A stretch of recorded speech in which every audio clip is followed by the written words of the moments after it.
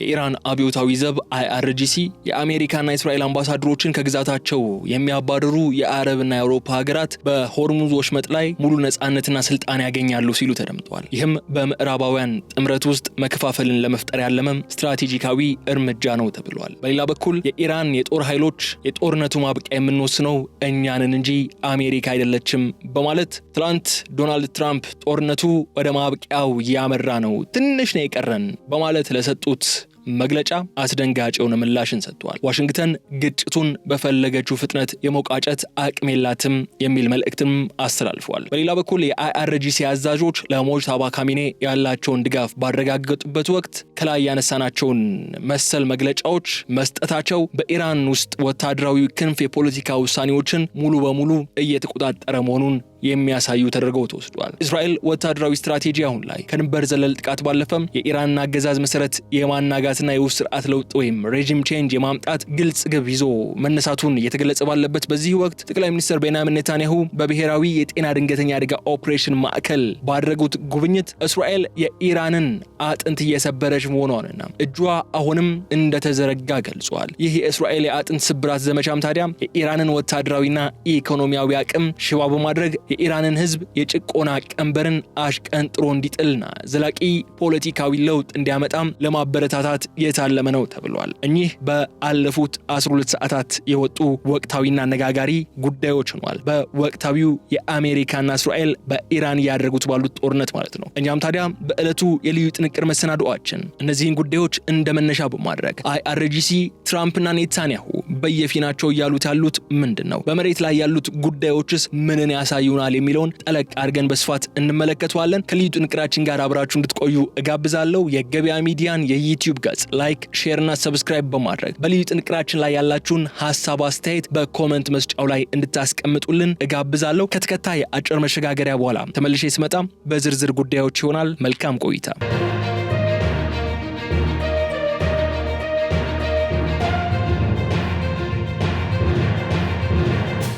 በመካከለኛው ምስራቅ እየተቀጣጠለ ያለው ወታደራዊ ውጥረት አሁን ላይ የዓለምን የኢነርጂ ደህንነት በቀጥታ ወደሚያሰጋ ደረጃ ተሸጋግሯል። የኢራን አብዮታዊ ዘብ ወይም IRGC የሆርሙዝ ወሽመጥን በመጠቀም ከቀጠናው አንዲት ሊትር ነዳጅ እንዳትወጣ እናደርጋለን በማለት እየሰነዘረው ያለው ማስፈራሪያም በዓለም አቀፍ የነዳጅ ገበያ ላይ ከፍተኛ ድንጋጤን በመፍጠር የአንድ በርሜል ድፍድፍ ነዳጅ $100 በላይ እንዲሻገር አድርጎታል። ይህ የቴህራን ዛቻ የመጣው ደግሞ ፕሬዚዳንት ዶናልድ ትራምፕ ጦርነቱ በቅርቡ ሊያበቃ ይችላል የሚል ግምት በሰጡበትና የኢራን አብዮታዊ ዘብ ደግሞ ለአዲሱ መሪው ሱፕሪም ሊደር ሞጅታባ ካሚኔ ታማኝነቱን ባረጋገጠበት ወቅት ነው። ይህ የኃይል ሚዛን ፍጥጫም በዋሽንግተን በኩል ኢራን ዳግም ሀገር ሆና እንዳትቆም የሚያደርግ ጠንካራ ወታደራዊ ምላሽ ይከተለዋል የሚል ማስጠንቀቂያን ያስከተለው ሆኗል። ቀጠናውንም ወደማይመለስ ሁለንተናዊ ጦርነት እየገፋው የሚገኝ ጉዳይ ሆኗል። ታዲያ ይህ ዛሬ የምንገኝበት ሁኔታ ከወትሮው የተለየና እጅግ አስጊ ሁኔታ ሆኗል። የኢራን አብዮታዊ ዘብ የሆርሙዝ ወሽመጥን አስመልክቶ የሰጠው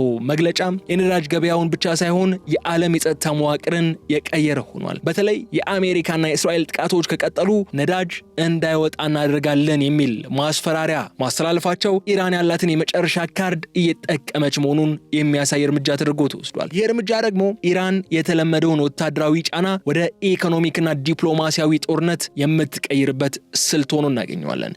የሆርሙዝ ወሽመጥ የዓለምን ከፍተኛ መጠን ያለው ነዳጅ የሚያስተላልፍ እንደሆነ እናውቃለን። ኦልሞስት ወደ 20% የሚጠጋ ማለት ነው። ይህ ደግሞ ቴህራን ይህንን መተላለፊያ እንደ ቁልፍ መደራደሪያ እንድትጠቀምበት አድርጓታል። አንዲት ሊትር ነዳጅ እንዳትወጣ እናደርጋለን የሚለው ዛቻውም ለአሜሪካ ብቻ ሳይሆን ለዓለም አቀፉ ማህበረሰብ የተላለፈም የኢነርጂ ጦርነት አዋጅ መልእክትም ነው። ኢራን በዚህ በኩል በአሜሪካ የሚመራውን ጥምረት በመከፋፈል ምዕራባውያን ሀገራት በእስራኤል ላይ ጫና እንዲያደርጉ ለማስገደድም እየሞከረች ነው ያለችው። በተለይ አዲሱ መሪ ሞጅታባ ካሚኔ ስልጣን ቢያዙ ማግስት እንዲህ ያሉ ጠንካራ አቋሞች መውጣታቸው የኢራን አብዮታዊ ዘብ የአገዛዙን ህልውና ለማስጠበቅ ማንኛውንም ዋጋ ለመክፈል ዝግጁ መሆኑን ያሳያል። ሆኖም ግን የዋሽንግተን ምላሽም በቀላሉ የሚታይ አልሆነም፣ እጅግ የከረረ ሆኗል። ፕሬዚዳንት ትራምፕ ዴዝ ፋየር ኤንድ ፊውሪ በሚል የገለጹት ማስጠንቀቂያ ኢራን መልሳ መገንባት እስካትችል ድረስ ወይም መልሶ ለመገንባት አቅም እንዳይኖራት አድርጎ የመምታት እቅድ እንዳላቸው ጭምጭምታዎች እያሳዩ ነው። ይህ ማስፈራሪያ በቴህራን በኩል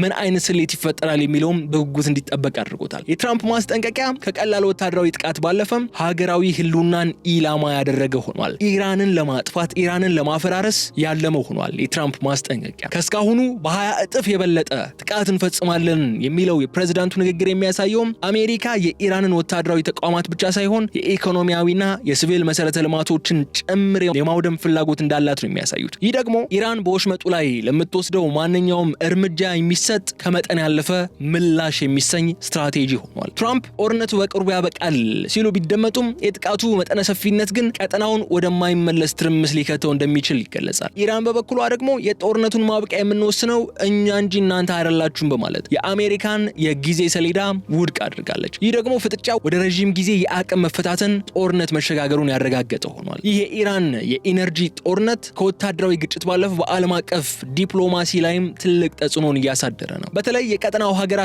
በዚህ ፍጥጫ ውስጥ የሚኖራቸው ሚና የሁለቱን ኃይሎች ቀጣይ እርምጃን ይወስነዋል። በእርግጥም የኢራን ስትራቴጂ የቀጠናውን ሀገራት ወደ ከባድ ምርጫ ውስጥ የሚከት ነው። አሜሪካ የአየር የበላይነቷን ተጠቅማ ኢራንን ለማንበርከክ ስትሞክር፣ ኢራን ደግሞ የዓለምን ኢኮኖሚ በማነቅ ምላሽ ለመስጠት እየተዘጋጀች ነው ያለችው። ይህ በሁለቱ ወገኖች መካከል ያለው የሞት ሽረት ፍጥጫም የመካከለኛው ምስራቅን ጂኦፖለቲካዊ ካርታም ዳግም ወደ መሳል ደረጃ እያመጣው ነው። ጦርነቱ በቃላት ደረጃ ብቻ ሳይሆን በሜዳው ላይ በሚወሰዱ እርምጃዎችም እየተለካ ባለበት በዚህ ወቅትም የሆርሙዝ ወሽመጥ የወደፊት እጣ ፈንታ የዓለምን የሰላም ጉዞ ይወስናል ወደሚል ድምዳሜ እንድንሄድ ያደርገናል። የሆርሙዝ ወሽመጥ በአሁኑ ወቅት ከወታደራዊ የፍጥጫ ቀጠናነት ባለፈም የኢራን ዋነኛ የዲፕሎማሲያዊ ማስገደጃ መሳሪያ ሆኗል።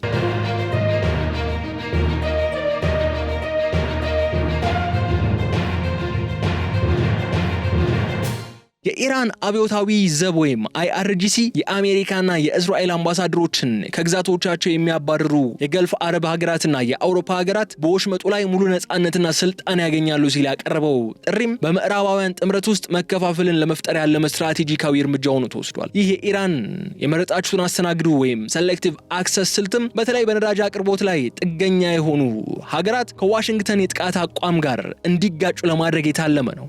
አሜሪካ ቀጠናዊ ተጽዕኖ ይበልጥ ፈታኝ እንዲሆንባት ነው ያደረገው። የኢራን አብዮታዊ ጠባቂ ወይም ዘብ ያቀረበው ይህ አዲስ ቅድመ ሁኔታም ጉዳዩን ወደ ዲፕሎማሲያዊ ቁማር እየቀየረው ነው ያለው። አምባሳደሮችን ማባረር በወሽመጡ ላይ ካለው የነጻ መተላለፊያ መብት ጋር ማያያዝ ማለት ትልቅ የሆነ ዓለም አቀፋዊ አንድምታን ያለው እርምጃ ነው። ይህ እርምጃ ኢራን በዓለም አቀፍ ሕግ ላይ የተመሰረተውን የባህር ላይ መተላለፍ ነጻነት ወይም ፍሪደም ኦፍ ናቪጌሽን ወደ ፖለቲካዊ ሽልማትና ቅጣት የቀየረችበት ስልት ነው። የአሜሪካና የእስራኤልን አምባሳደሮች ከሀገር ካባረርክ በባህሩ ላይ የመተላለፍ ነጻነት ሽልማት ይሰጣል፣ ካላባረርክ ደግሞ ቅጣቱን ታገኛለህ የሚል ስልትን ነው ኢራን እየተጠቀመች ያለችው። የሆርሙዝ ወሽመጥ የዓለምን ከፍተኛ መጠን ያለው ነዳጅ የሚያስተላልፍ እንደመሆኑ መጠን ቴህራን ይህንን መተላለፊያ ዲፕሎማሲያዊ ቪዛ አድርጋ ነው እየተጠቀመችበት ያለችው። ለአውሮፓና ለአረብ ሀገራት የቀረበው ጥሪም አሜሪካ በእስራኤል በኩል የምታደርገውን ወታደራዊ እርምጃ እንዲቃወሙ የሚገፋፋ መርዛማ ማባበያ ሆኗል። ኢራን በዚህ በኩል ምዕራባውያን ሀገራት በኢኮኖሚ ጥቅማቸውና በፖለቲካዊ ታማኝነታቸው መካከል እንዲወዛወዙ ወይም ከሁለቱ አንዱ እንዲመርጡ በማድረግ የአሜሪካን ጸረ ኢራን ጥምረት ለመበተን በከፍተኛ ሁኔታ እየጣረች ትገኛለች። ሆኖም ግን ይህ ስልት በአውሮፓና በአረብ ሀገራት ላይ ትልቅ ጫናን የሚፈጥር ነው። በአንድ በኩል ከዋሽንግተን ጋር ያላቸውን ስትራቴጂካዊ ግንኙነት መጠበቅ አለባቸው፣ በሌላ በኩል ደግሞ የኢኮኖሚ ደህንነታቸውን ማረጋገጥ ግድ የሚላቸው ነገር ነው። ይህ የዲፕሎማሲ ቁማር ኢራን የጠበቀችውን ውጤት ሊያመጣላት ይችላል ወይ የሚለው ወሳኝ ጥያቄ ሆኖ ነው የሚነሳው። ውጤቱ እንደ ሀገራቱ የፖለቲካ አቋም ሊለያይ ይችላል። ለምሳሌ ለአውሮፓ ሀገራት ይህ ጥያቄ ፈጽሞ ተቀባይነት የሌለው ሊሆን ይችላል። ግን ደግሞ በነዳጅ ዋጋ መናር ምክንያት በውስጥ ፖለቲካቸው ላይ የሚፈጠረው ተቃውሞ ዋሽንግተንን ወደ ድርድር ጠረጴዛ እንድትመጣ ሊያስገድዳት ይችላል። ለአረብ ሀገራት ደግሞ ሁኔታው ይበልጥ ውስብስብ ነው። ከአውሮፓውያኖቹ በበለጠ ነገሩ የሚከብደው ለአረብ ገልፍ ሀገራት ነው። በህዝባቸው ውስጥ ያለውን የእስራኤል ጥላቻና የኢኮኖሚ ፍላጎታቸውን ለማስታረቅ በሚጥሩበት በዚህ ወቅት ኢራን እንዲህ አይነት አማራጭ ማቅረቧ በመንግስታቱ ላይ ከፍተኛ የዲፕሎማሲ ጫና ነው የሚፈጥረው። ይህ የኢራን ስሌትም ወታደራዊ ድልን ሳይሆን አሜሪካ በቀጠናው ያላትን የዲፕሎማሲ የበላይነት በማዳከም ጦርነቱን በከፍተኛ ፖለቲካዊ ኪሳራ የመቀየር ስልት ነው። የዋሽንግተን ምላሽ ለእንዲህ አይነቱ ቁማር ቦታ የሰጠ አይመስልም። አሁን ላይ ሆነን ስንመለከተው ፕሬዚዳንት ትራምፕ በወሽመጡ ላይ ለሚወሰድ ማንኛውም እርምጃ የሚሰጠው ምላሽ 20 እጥፍ የበለጠ ይሆናል ማለታቸው ዲፕሎማሲያዊ ድርድሮችን ወደ ጎን በመተው ወደ ወታደራዊ ኃይል መፍትሄ መቃረባቸውን ነው የሚያሳየው። ትራምፕ የኢራንን የዲፕሎማሲያዊ ማታለያ በወታደራዊ ቀይ መስመር ለመመከት እየሞከሩ ነው። አንዲት ሊትር ነዳጅ እንዳትወጣ እናደርጋለን ለሚለው የኢራን ዛቻ አሜሪካ ኢራን ሀገር ሆና እንዳትቀጥል መልሳ እንዳትገነባ አድርገን እናወድማታለን የሚል ጽንፈኛ የሆነ ምላሽ እየሰጡ እንዲቀጥሉ አድርጓቸዋል።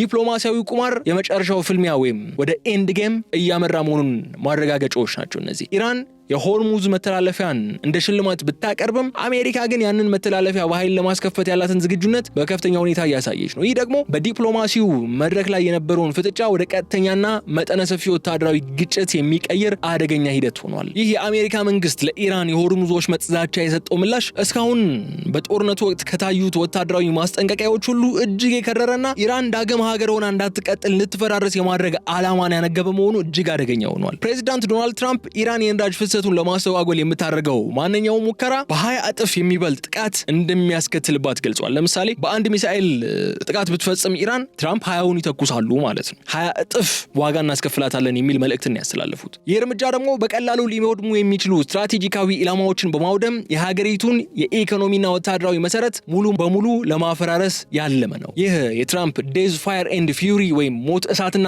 ቁጣም በሚል የተገለጸው ማስጠንቀቂያ ዋሽንግተን ግጭቱ ወደ ከፍተኛ የመጨረሻው የኃይል እርምጃ ለመውሰድ ያላትን ቁርጠኝነት የሚያሳይ ሆኖ ተወስዷል። ፕሬዚዳንት ትራምፕ በኢራን ላይ የሰነዘሩት ማስጠንቀቂያ እጅግ አስደንጋጭ ነው። ያ በ20 እጥፍ የሚለውና ዳግም እንደ ሀገር እንዳትቀጥሉ እናደርጋለን የሚሉት ቃላት አሜሪካ ነገሩን ከመደበኛ ወታደራዊ ግጭት ባለፈ የኢራንን ብሔራዊ ህልውና ኢላማ ማድረጓን ነው የሚያሳዩት። እንዲህ ያሉ ጽንፈኛ አቋሞች በቀጠናው ላይ ምን አይነት ወታደራዊ ስሌትን ይፈጥራሉ የሚለው ደግሞ መመልከት ግድ ይለናል። የትራምፕ ማስጠንቀቂያ ዲስፕሮፖርሽኔት ሪስፖንስ የሚባለው ወታደራዊ ስትራቴጂን የተከተለ ነው። አሜሪካ ለኢራን የነዳጅ መስመር መዝጋት ዛቻ የምትሰጠው ምላሽ የባህር ላይ ፍጥጫ ብቻ ሳይሆን የኢራንን የኢነርጂ፣ የኮሙኒኬሽን፣ የኢንዱስትሪ ማዕከላትን ሙሉ በሙሉ የማውደም ዘመቻ እንደሚሆን ነው ግልጽ መልእክት ያስተላለፈችው። በቀላሉ ሊወድሙ የሚችሉ ኢላማዎች የተባሉት እነዛ በትራምፕ አገላለጽ ማለት ነው አሜሪካ ካላት የረቀቀ የአየርና የሚሳኤል የበላይነት አንጻር የኢራን መከላከያ ሊመክታቸው የማይችላቸውን ስትራቴጂካዊ ቦታዎች ለይታ ማወቋን የሚያሳይ ነው። ይህ ደግሞ ኢራንን ወደ ድርድር ጠረጴዛ ለማምጣት ሳይሆን ከወታደራዊ አቅም ውጪ በማድረግ ስጋቷን ለአንዴና ለመጨረሻ ጊዜ ለማስወገድ የታለመ ሁለንተናዊ የጦርነት አቀራረብ ነው። ሆኖም ግን ትራምፕ በዚሁ መግለጫቸው ጦርነቱ በቅርቡ ሊያበቃ እንደሚችል ነው የገለጹት። አክለውም ከቀጠሮው ቀድሞ የተከናወነ መሆኑን የጠቀሱት ከሚጠበቀው በላይ በፍጥነት እየተጓዝን ነው የሚል መልእክትን ያስተላልፉት። ይህ በጦርነት ፍጥነት ላይ ያላቸው እምነትና እየሰጡት ያሉት እጅግ የከረረ ዛቻ ደግሞ እንዴት ነው አብሮ የሚሄደው?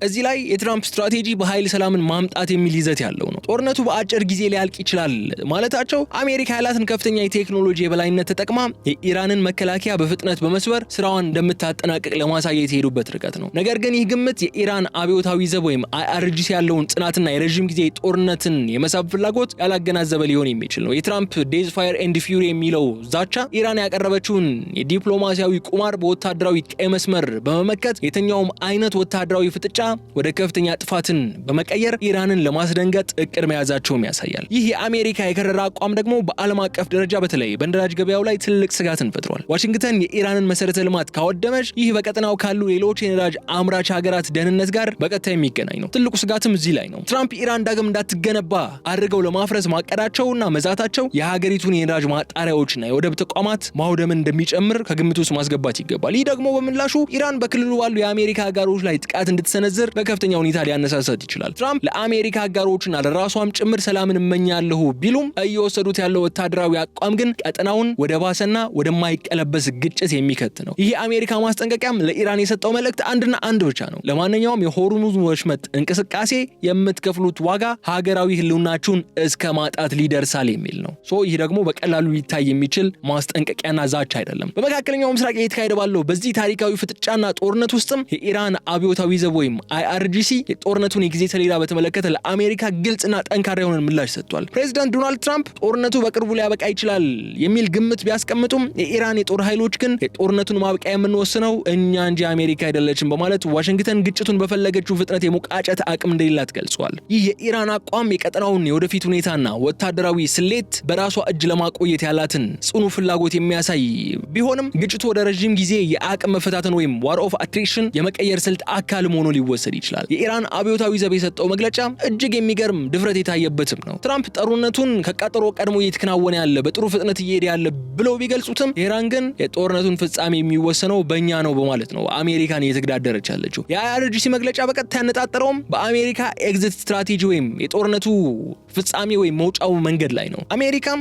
ከፍተኛ የቴክኖሎጂ የበላይነቷን ተጠቅማ ኢራንን በፍጥነት በማንበርከክ ጦርነቱን በአጭር ጊዜ የመጨረስ ፍላጎት አላት። ነገር ግን ኢራን እኛንን የምንወስነው በሚል አቋም አጽንታለች። ጦርነቱ አሜሪካ በፈለገችው ሰዓትና ቦታ እንደማያበቃም በግልጽ እያሳየች ትገኛለች። ይህ ማለት ደግሞ ኢራን ግጭቱን ወደ አልተመጣጠነ ጦርነት በመቀየር አሜሪካን በረጅም ጊዜ ውዝግብ ውስጥ በማሰልቸትና በኢኮኖሚ በማዳከም ድል ለመቀዳጀት እያለመች ነው ያለችው። የአሜሪካ ጦር ኃይሎች ጦርነቱን አይጨርሱትም ማለታቸውም በቀጠናው ያሉት የኢራን የፕሮክሲ ኃይሎችና የሚሳኤል አቅሞች ጦርነቱን ወደማይጠበቅ አቅጣጫ ሊመሩት እንደሚችሉ ነው ማስጠንቀቂያ ያሳዩት። ይህ የኢራን አቋም በተለይ አዲሱ መሪ ሙጅተባ ኻሜኔ ስልጣን በያዙበት ወቅት መምጣቱ ደግሞ ሌላ ትልቅ ትርጉም አለው። አዲሱ አመራር ለአሜሪካ ጫና እጅ ላለመስጠት የወሰደው የሃርድ ላይነር አቋም ማሳያ ተደርጎም ሊወሰድ ይችላል። ይህ ለአዲሱ መሪ ታማኝነት የማሳያ መንገድም ነው ጭምር። የአይአርጂሲ አዛዦች ለሙጅተባ ኻሜኔ ያላቸውን ድጋፍ ባረጋገጡበት ወቅት እንዲህ ያለ መግለጫ መስጠታቸው በኢራን ውስጥ ወታደራዊ ክንፍ የፖለቲካ ውሳኔዎችን ሙሉ በሙሉ እየተቆጣጠረ መሆኑን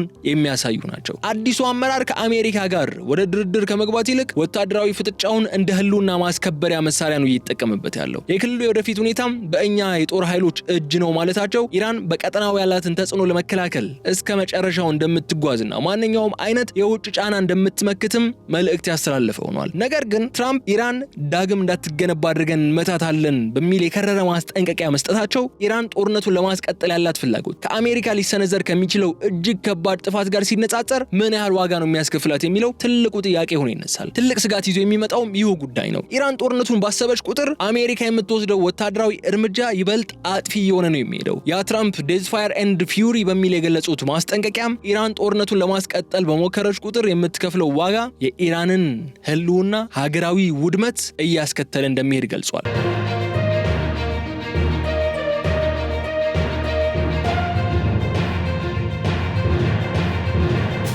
ሆኖም የኢራን አብዮታዊ ዘብ ስሌቱ የጋራ ጥፋት የሚል እንደሆነ እናውቃለን። ሙቹዋል ዲስትራክሽን ላይ የተመሰረተ ሊሆን እንደሚችልም መረጃዎች ያሳያሉ። እነሱ ከጠፉ የዓለም የነዳጅ ፍሰት የቀጠናው ሰላምም አብሮ እንዲጠፋ በማድረግ አሜሪካን ወደ ኋላ እንድታፈገፍግ ለማስገደድም ነው እየጣሩ ያሉት። ይህ ደግሞ በሁለቱ ወገኖች መካከል ያለውን ፍጥጫ ወደማይመለስ የጦር አውድማነት እየቀየረው ነው ያለው። በሌላ በኩል ደግሞ የእስራኤል ወታደራዊ ስትራቴጂ አሁን ላይ ከድንበር ዘለል ጥቃት ባለፈ የኢራንን አገዛዝ መሰረት የማናጋትና የውስጥ ስርዓት ለውጥን ወይም ሬጂም ቼንጅ የማምጣት ግልጽ ግብ ይዞ ተነስቷል። ጠቅላይ ሚኒስትር ቤንያሚን ኔታንያሁ በብሔራዊ የጤና ድንገተኛ አደጋ ኦፕሬሽን ማዕከል ባደረጉት ጉብኝት እስራኤል የኢራንን አጥንት እየሰበረች መሆኗና እጇ አሁንም እንደተዘረጋ ገልጿል። ይህ የእስራኤል የአጥንት ስብራት ዘመቻም የኢራንን ወታደራዊና ኢኮኖሚያዊ አቅም ሽባ በማድረግ የኢራን ሕዝብ የጭቆና ቀንበርን አሽቀንጥሮ እንዲጥልና ዘላቂ የፖለቲካ ለውጥ እንዲመጣ ለማበረታታት የታለመ ስለመሆኑ ኔታንያሁ ተናግረዋል። ጠቅላይ ሚኒስትር ኔታንያሁ የተጠቀሙት ይህ አጥንት የመስበር የሚለው አገላለጽ ደግሞ እጅግ ጠንካራና ስልታዊ ይዘት ያለው ነው። እስራኤል ይህንን ዘመቻ በኢራን ላይ ስታካሂድ ዋናው ትኩረቷ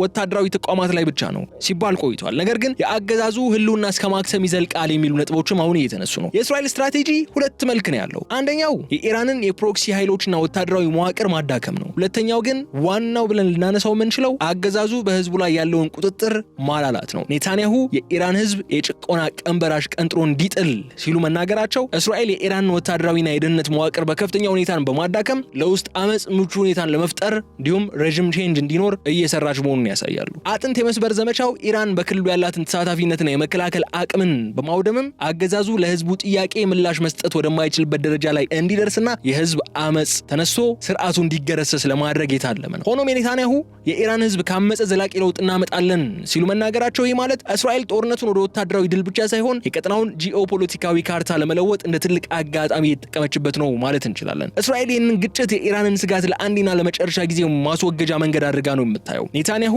የእስራኤል ዓለም አቀፍ አቋም ተቀይሯል ማለታቸው እስራኤል በቀጠናው የምትወስደው ወታደራዊ እርምጃ በብዙ ሀገራት ዘንድ ምናልባትም በሚስጥር ድጋፍ እያገኘ መሆኑን ለማመላከት ተጠቅመውበታል። የእስራኤል ስሌት የኢራንን አገዛዝ ሲወድቅ የሰላም ክበብ እንደሚሰፋና የቀጠናው የጸጥታ ሁኔታም መሰረታዊ ለውጥ እንደሚያመጣ ነው። ይህ ደግሞ ከአሜሪካው ፕሬዝዳንት ማስጠንቀቂያ ጋር ተዳምሮ ኢራን በሁለት በኩል ማለትም በውጭ ወታደራዊ ጫናና በውስጥ ህዝባዊ አመጽ ስጋት ውስጥ እንድትወድቅ ያደረገ ነው ያለው። ነገር ግን ይህ ስልት ከፍተኛ አደጋ ይዞ የሚመጣም ነው። ኢራን የአጥንት ስብራት ዘመቻውን ለመመከት በምትወስደው እርምጃ እስራኤልና ቀጠናውን ወደማይጠበቅ ጦርነትና ውድመት ልትከተው ትችላለች። ኔታንያሁ እጃችን አሁን ተዘርግቷል ማለታቸው ለዚሁ ዝግጁ መሆናቸውን ነው የሚያሳየው። ግን ደግሞ የእስራኤል ወታደራዊ ዝግጁነት አሁን ላይ ከፍተኛ ደረጃ ላይ ቢገኝም ኔታንያሁ ይህንን ንግግር ያደረጉት በጤና ድንገተኛ አደጋ ማዕከል መሆኑ እስራኤል ለማንኛውም አይነት የኢራን ምላሽ የሚሳኤል ጥቃትን ጨምሮ በውስጥ በኩል ዝግጁ መሆኗን ለማሳየት ነው የተጠቀሙበት። እጃችን ተዘርግቷል የሚለው መልእክታቸው እስራኤል የጀመረችውን የአገዛዙን አቅም የማዳከም ስራ እስከ መጨረሻው እንደምትገፋበትና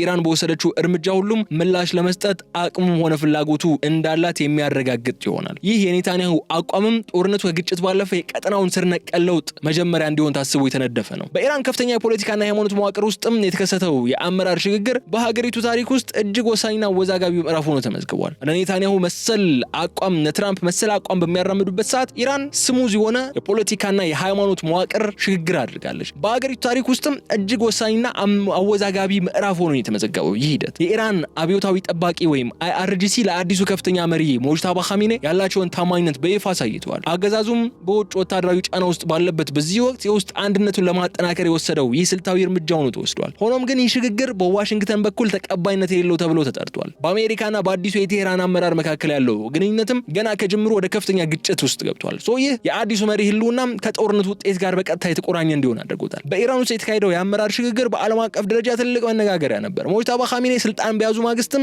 IRGC የሰጠው የድጋፍ መግለጫ አዲሱ መሪ ከወታደራዊ ክንፍ ጋር ያላቸውን ጥብቅ ቁርኝት የሚያሳይ ነው። ይህ በኢራን የውጭ ፖሊሲ ላይ ምን አይነት ለውጥ ይዞ ይመጣል የሚለው ደግሞ በጉጉት የሚጠበቅ ጉዳይ ነው። የሞጅታባ ኻሜኔ ስልጣን መያዝ የኢራን አገዛዝ ወደ ሃርድ ላይነር ወይም ይበልጥ ጽንፈኛ ወደሆነ አቋም መሸጋገሩን ነው የሚያሳየው። አዲሱ መሪ ከአባታቸው ይልቅ ለአብዮታዊው ዘቡ IRGC ቅርብ እንደሆኑ የሚታወቅ ነው። የጦር ኃይሉ ደግሞ የሰጣቸው ድጋፍ አገዛዙ ወታደራዊ መዋቅሩን እንደ ዋና የፖለቲካ ምሰሶ ይጠቀምበት መሆኑን ያረጋግጣል። ይህ ማለት ኢራን ከአሜሪካ ጋር ወደ ድርድር ከመግባት ይልቅ ወታደራዊ ፍጥጫውን እንደ ብቸኛ የመከላከያ ስልት ልትከተል ትችላለች የሚሉ ግምቶች እንዲበረቱ አድርጓል።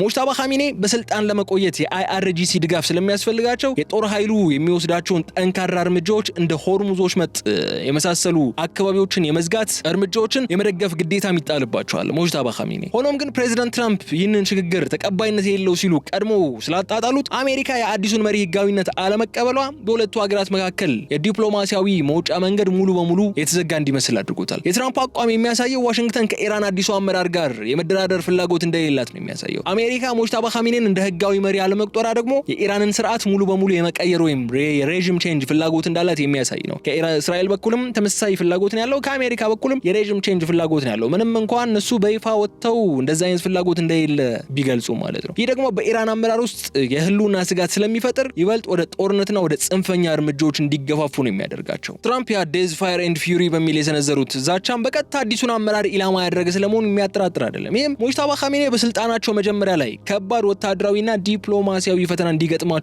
አድርጓል። በእስራኤል በኩልም ጠቅላይ ሚኒስትር ኔታንያሁ የኢራን ህዝብ አገዛዙን እንዲጥል ጥሪ ማቅረባቸው በአዲሱ መሪና በህዝቡ መካከል ያለውን ክፍተት ለማስፋት አልመው እየሰሩ እንደሆነ ያሳያል። ይህ የውስጥ ሽግግር በእስራኤልና በአሜሪካ ስሌት ውስጥ እንደ ደካማ ጎን ነው እየታየ ያለው። የእስራኤልና የአሜሪካ ስትራቴጂ የአዲሱን መሪ ጅምር ስልጣን ለማዳከም የታለመ ነው። ማንኛውም የአመራር ሽግግር ወቅትም ሀገራት ለውስጥ አለመረጋጋት ተጋላጭ የሚሆኑበት ጊዜ ነው። ኔታንያሁ የጭቆና ቀንበርን አሽቀንጥሮ መጣል በሚል የሰጡት መግለጫ የኢራን ህዝብ በአዲሱ መሪ ላይ ያለውን ጥርጣሬ ወደ ተግባራዊ አመጽ እንዲቀየር ለማበረታታት ነው።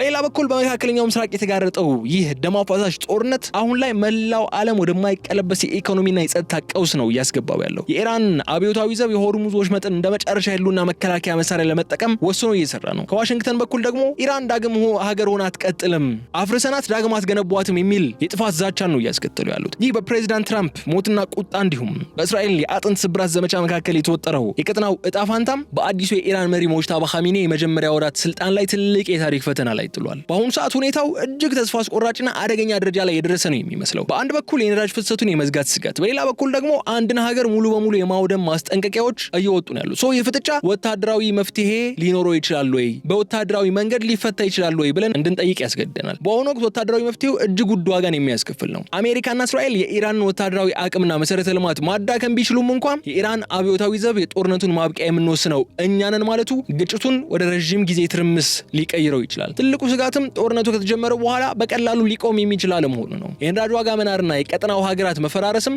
አሸናፊ የሌለበት የጋራ ጥፋት ወይም ሙቹዋል ዲስትራክሽንን ሊያስከትል ይችላል። በመሆኑም ታዲያ ወታደራዊ እርምጃው አጭርና ድል አድራጊ እንዲሆን የታለመ ተደርጎ ቢጀመርም ውጤቱ ግን መላውን ዓለም ለበርካታ አስርት ዓመታት የሚጎዳ ጠባሳ ሊተው የሚችል ነው። የዲፕሎማሲው መስክ ካላችሁ ደግሞ ኢራን ያቀረበችው አምባሳደሮችን የማባረር ቅድመ ሁኔታ ትራምፕ ለድርድር ያላቸውን ደካማ ፍላጎት የሰላም ተስፋን አጨልሞታል። ዲፕሎማሲው አሁን ላይ በዜሮ ድምር ጨዋታ ወይም ዜሮ ሳም ጌም ውስጥ ነው እየሄደ ያለው። አንዱ ወገን ሲያተርፍ ሌላው የሚከስርበት ሁኔታ ነው የተፈጠረው። ኢራን ዲፕሎማሲውን እንደ ወታደራዊ ጫና መቀነሻ እየተጠቀመችበት ቢሆንም አሜሪካ ደግሞ ዲፕሎማሲው እንዲሰራ መጀመሪያ የኢራን አገዛዝ ሙሉ በሙሉ ሊዳከም ይገባል የሚል ጥብቅ አቋምን ይዛለች። የእስራኤል ስትራቴጂም ቢሆን የአገዛዙን መውደቅ እንደ ብቸኛ አማራጭ የሚያይ ነው። የሰላም ድርድሮች አስቸጋሪ ሆነዋል። ይሁን እንጂ የዓለም ሀያላን ሀገራትና የነዳጅ ገዢዎች በኢኮኖሚ ውድቀት ስጋት ሳቢያም በሁለቱ ወገኖች ላይ ጠንካራ ጫና ማሳደር ከቻሉ ምናልባት ከመጨረሻው ጥፋት በፊት መጠነኛ መረጋጋት ሊመጣ ይችላል የሚል ተስፋ አለ። ለማጠቃለል ግን የመካከለኛው ምስራቅ የወደፊት እጣ ፋንታ አሁን ባለው የኃይል ሚዛን ፍጥጫ ውስጥ እንዴት ነው የሚሆነው? አዲሱ መሪ